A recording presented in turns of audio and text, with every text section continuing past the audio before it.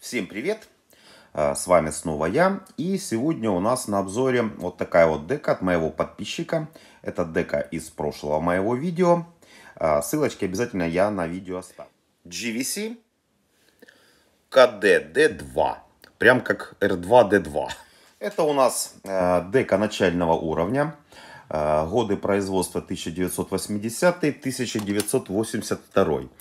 Самое что интересное, что даже в каталогах я не нашел ее, потому что она, я так понимаю, наверное, очень простенькая, и GVC не захотела в каталоге ее включать. Но, однако, эту деку мы с удовольствием сегодня разберем и будем оборзевать. Как я уже и сказал, что дека с довольно-таки посредственными характеристиками. Вот посмотрите, что я нарыл в даташите.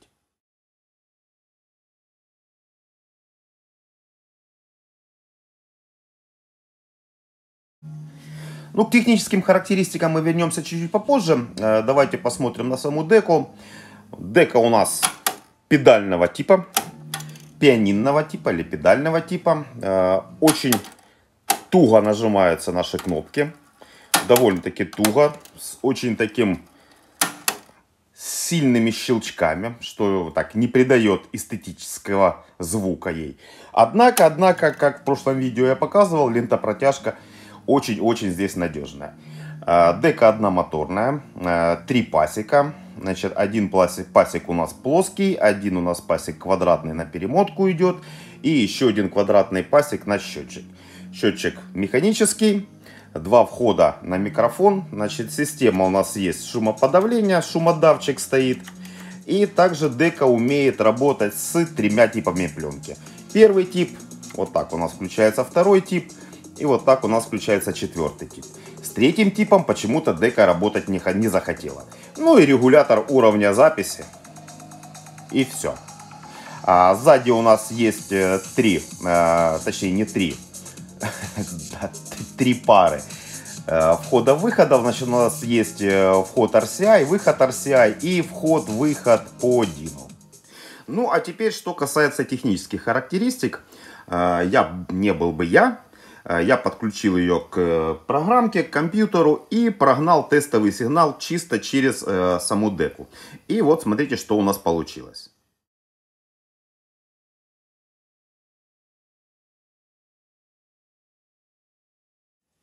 Ну, вроде бы как и не все так очень страшно. Но я взял 3 кассетки. Я взял Maxell UR. Я взял Maxell второго типа, золотой наш любимый, XL2S. Вот такой вот. И также я взял 4-го типа. Я взял вот такую TDK-шку MAX. И также прописал тестовые сигналы. И вот теперь давайте мы их разберем повнимательнее. Итак, значит, смотрим на нашу табличку, что у нас тут получилось. Значит, сверху, как в принципе, практически все ожидаемо. Значит, у нас по частотному диапазону самый стабильный у 4-го типа. Уровень шумов, естественно, у 4-го типа минус 73,1. Динамический диапазон, естественно, лучше у 4-го типа 71,2. Но, а вот гармонические искажения, вот тут меня повергло в шок. Смотрите, у первого типа 0,256 у Maxell у урки. У второго типа 0,5 гармонических искажений. А у ТДКшки, у 4-го типа, у MAX 0,281. Здрасте называется. И получается, что на первом типе самые маленькие у нас гармонические искажения. 0,256.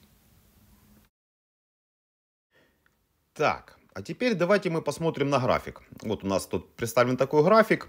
Беленькая у нас Mac первый тип, зелененькая у нас второй тип и синенькая у нас 4-й тип. Ну, смотрим, что первый тип у нас с низами вообще не задружил. Второй тип относительно задружил. Более-менее низа прописал у нас 4-й тип. Что в принципе более-менее так где-то, но правда и есть. Но 4-й тип немного поднял у нас диапазон динамически. Да, он так вот поверху. Первый тип у нас опять-таки опережает второй тип. А второй тип у нас пасет задних. Ну, а с верхами у нас тут вообще полная непонятка. Верха опередили, точнее не верха опередили, а первый тип опередил второй тип. Причем где-то до 3000 Гц он так впереди планеты сей. Потом, конечно, первый тип, резко вот белая у нас полоска, белая опускается вниз. А вот уже второй тип где-то на минус 2,5 дБ начал обгонять четвертый тип. Ну, очень такие непонятные тесты получились, честно вам скажу. Но то, что я увидел, в принципе, то, что я думаю, что в принципе эта дека более-менее заточена, наверное, все-таки под первый тип пленки. Ну что ж, какие выводы можно сделать за кассетную деку? Визуально нравится. Все красиво, алюминька, строго, лаконично. Но это дека начального уровня. Что-то добиваться от нее, чтобы она красиво пела, вы не добьетесь. Гонять ее, в принципе, теоретически, ну, наверное, на первом типе пленки. Вы же сами все видели. А так, в принципе, больше за деку особого сказать и ничего не могу. Нужна ли эта дека в коллекцию? Я думаю, нет. Покупать ли эту деку себе? Для чего? Ну и опять-таки, купить-то можно, смотря за какие деньги. Деньги-то разные бывают. А так, в принципе, ну, начальный уровень, я думаю, что ее где-то с нашими маяками можно сравнивать. Хотя я так думаю, что маяк, наверное, по первому типу и по второму типу выиграет у нее.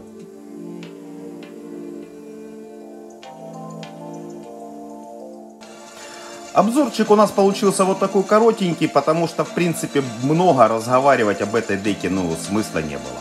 Ну что, на этом я заканчиваю. Такое у нас видео получилось. Такой обзорчик. Напомню, GVC KD-D2. Подписывайтесь на канал. Ставьте палец вверх. Всем мира. Добра. Пока-пока.